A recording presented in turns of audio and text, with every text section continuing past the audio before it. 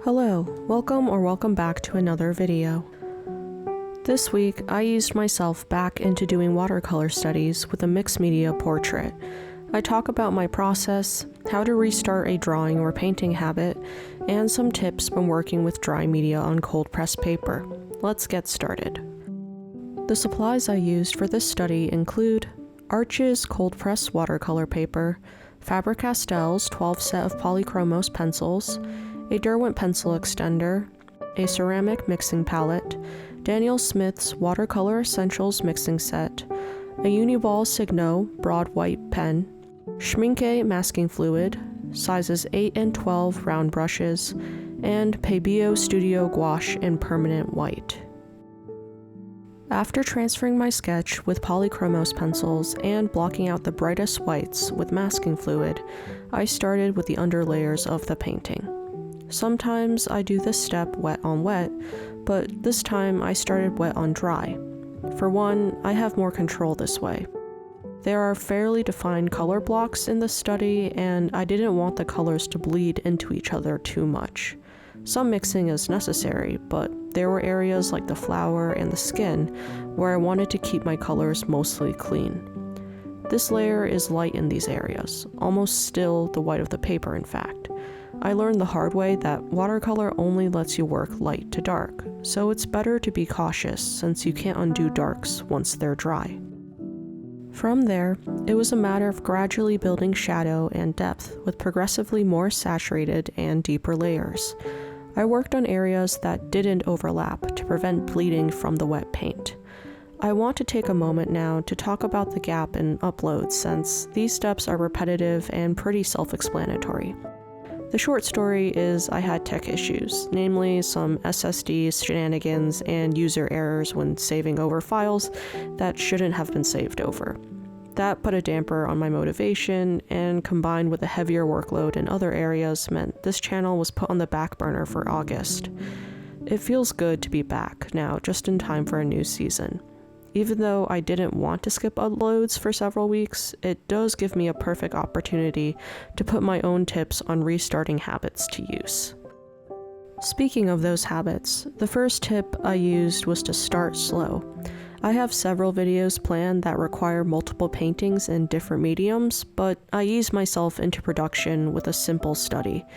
It can be tempting to jump into a big, complex project right away, but it's better to admit that you're likely rusty and therefore need a warm-up. Starting slow gives you time to rebuild that momentum and gives you an easy win that will encourage you to keep on going. My next tip is to pair something old with something new. In this case, I had a familiar subject and used my old reliable tools, but I also tried some new techniques. I usually keep masking fluid contained to the brightest highlights or my first couple of layers, but this time I layered it onto the background. In the photo, the background is mostly out of focus except for the closest tree leaves. I layered masking fluid on areas after placing in the lighter values to see if I could create sharp edges.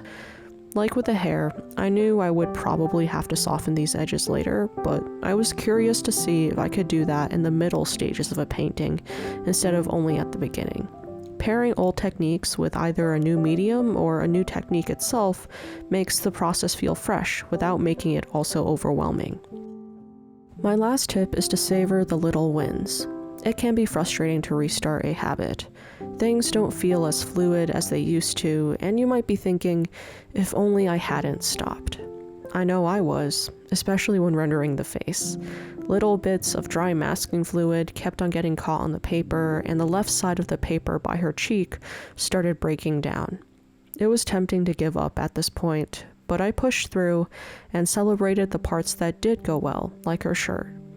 The highlights turned out crisp on her metallic collar accents thanks to the masking fluid, and the white in the shadow had a pleasing amount of color variation from gray to green and even hints of purple. You may have noticed by this point that most of my tips center on mindset. For me, the biggest obstacle to restarting a habit like weekly or daily studies is my own mind. If you're like me, I hope these tips helped give you a gentle nudge to restart a drawing or a painting you've set aside. Anyway, getting back to the study, it was time for final details. I broke out the white gouache to erase the blue lines of the underdrawing and tighten up the highlights. For the brightest areas, I use a touch of white gel pen, specifically the Uniball Signo Broad Pen. I find that most pens don't play well on rough cold-pressed paper, but I can get a few details with this one. Cold-pressed paper works best with wet media like ink or acrylic, which is why I use gouache and a brush for most of my details. If you do want to use pens, however, I recommend using one with more liquid ink that will hopefully flow better.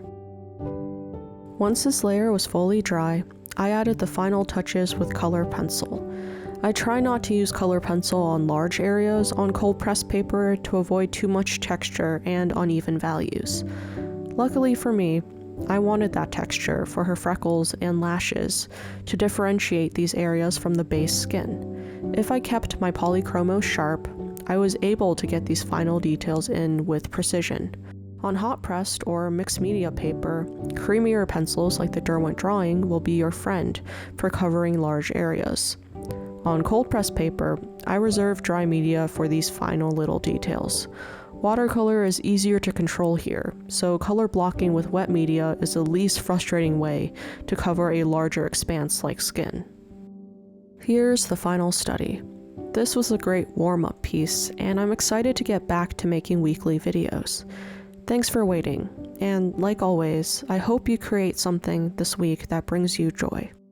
I'll see you next week with another video. Bye!